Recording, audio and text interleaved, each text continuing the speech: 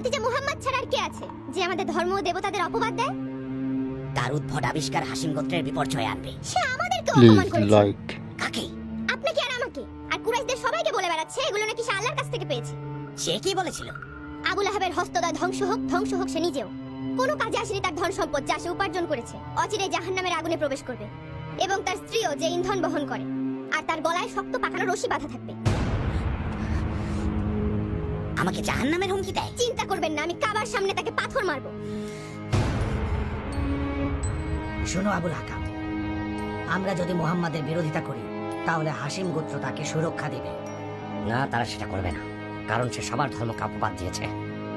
আবুল হাকাম, হাসিম গোত্রের মধ্যে আমাদের ধর্মে বিশ্বাসী অবিশ্বাসী কেউই মুহাম্মাদকে আমাদের হাতে তুলে দিবে না, শুধুমাত্র তোমার ভাই আব্দুল উজ্জা বাদে। তাহলে আমাদের কি করা উচিত? কুরাইশ প্রধানদের সবাইকে একত্র করতে হবে আর তাদের বোঝাতে হবে মুহাম্মাদের কথাগুলো সবার জন্য কতটা বিপজ্জনক। আমি তাদের আত্মীয়তার সম্পর্ক নিয়ে ভয় পাচ্ছি, বিশেষ করে তাদের ছেলেরা, চাচাতো ভাই, চাচা আর দাসদাসীরা সবাই যেভাবে একে একে নতুন ধর্মকে আলিঙ্গন করছে। কুরাইশেরা এমন এক বণিক দল যারা কখনোই এমন কিছু মেনে নেবে না যার কারণে তাদের বাণিজ্য, নেতৃত্ব, বংশীয় গৌরব, ধর্নাঢ্য জীবনযাপন বাধাগ্রস্ত হয়। কুরাইশরা না জানি আমাদেরকে হতাশ করে। আমাদের অবশ্যই মুহাম্মাদের বিরুদ্ধে রুখে দাঁড়াতে হবে, আর এই জন্য আমাদের সবাইকে অবশ্যই একসাথে একাগ্র চিত্তে কাজ করতে হবে। তাহলেই আমরা মুহাম্মাদের সাথে দ্বন্দ্বে পেরে উঠব। তবে তাই হোক, কিন্তু আমরা ওকে তখনই রুখতে পারবো যখন আমাদের দল আরো শক্তিশালী হবে।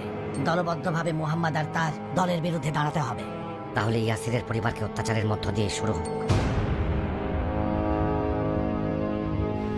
তোমার ভাতিজা কি বলেছে শুনেছ আবু তালিব? কি হয়েছে আব্দুল উজ্জা? আমাকে আর আমার স্ত্রীকে কুরাইশদের সামনে অপমান করেছে, বলেছে আমার হস্তদ্বয় ধ্বংস হোক। কোনো কাজেই আসেনি তার ধন সম্পদ আর উপার্জন। কে বলল এটা? এটি উপেক্ষা করো আব্দুল উজ্জা, এবং দয়া করে আমার কথা শোনো। কি বলবে বলো আবু তালিব।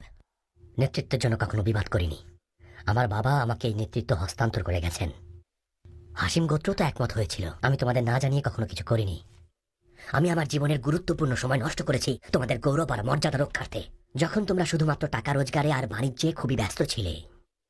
আর এ কারণেই আমার অধিকার আছে তোমাদেরকে বলার, যেন তোমরা তোমাদের মুহাম্মাদের শত্রুদের পক্ষ নিয়ে ওকে কোনোভাবেই দূরে ঠেলে দিও না, বরং ওর পাশে থাকো তোমরা। ছি আবু তালিব, ছি। কুরাইশটা কি আমাদের শান্তিতে থাকতে দিবে? কাবার মালিকের শপথ, তারা আমাদের মক্কার সীমানার বাইরে বের করে দিবে। তারা আমাদের বাড়ি ঘরও কেড়ে নেবে। তুমি কি বলতে পারো কোথা থেকে তোমার ভাতিজা এই ধর্ম নিয়ে এসেছে?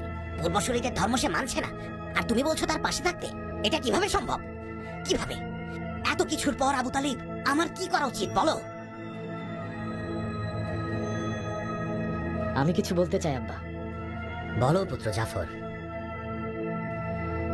মোহাম্মদ যখন কুরাইশদের একত্রিত করে প্রকাশ্যে ধর্মের দাওয়াত দিচ্ছিল, তখন কেউ কিছু না বললেও আমার চাচা আব্দুল উজ্জা চিৎকার করে বলছিলেন, সর্বনাশ হোক তোমার, এই কথা বলার জন্য রেখেছ?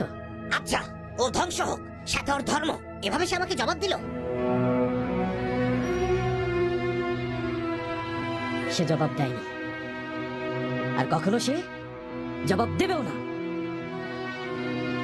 তাহলে কে দিয়েছে?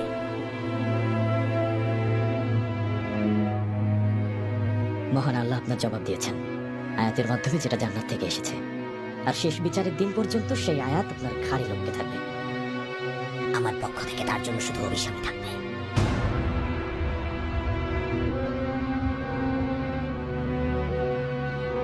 এবং আমরা তাকে অবশ্যই রক্ষা করব, ততদিন যতদিন আমরা বেঁচে থাকব। আল্লাহ আপনার ভালো করবেন আব্বা, রহমত বর্ষিত হোক আপনার উপর। আল্লাহর কাছে হাজার হাজার শুকরিয়া, তিনি আমাদের দুজনকে ইসলামের পথ দেখিয়েছেন।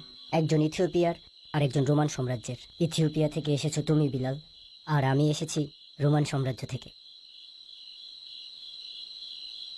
এ সবই সুবহান আল্লাহ তাআলার রহমত। মক্কার পবিত্র ভূমিতে বাইতুল হারামের এতটা কাছাকাছি থাকতে পারা, আর আল্লাহ রাসূলের জীবদ্দশায় সামনে থেকে এমন একজন মানুষকে দেখতে পাওয়া।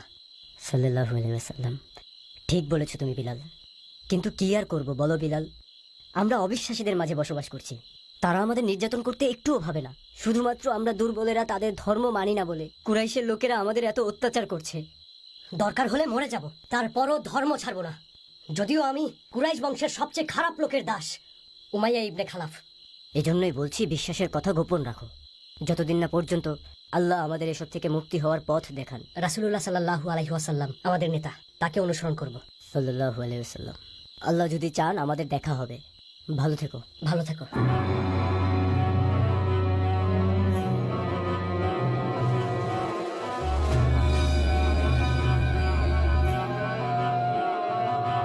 আরে নফেল চাচা, স্বাগতম, আপনি ভেতরে আসুন। এত খুশি হওয়ার কিছু নেই। সবাই আমাকে কুরাইশের সিংহ বলে ডাকে। কাবার মালিকের কসম, তোমাকে আমি ছাড়বো না।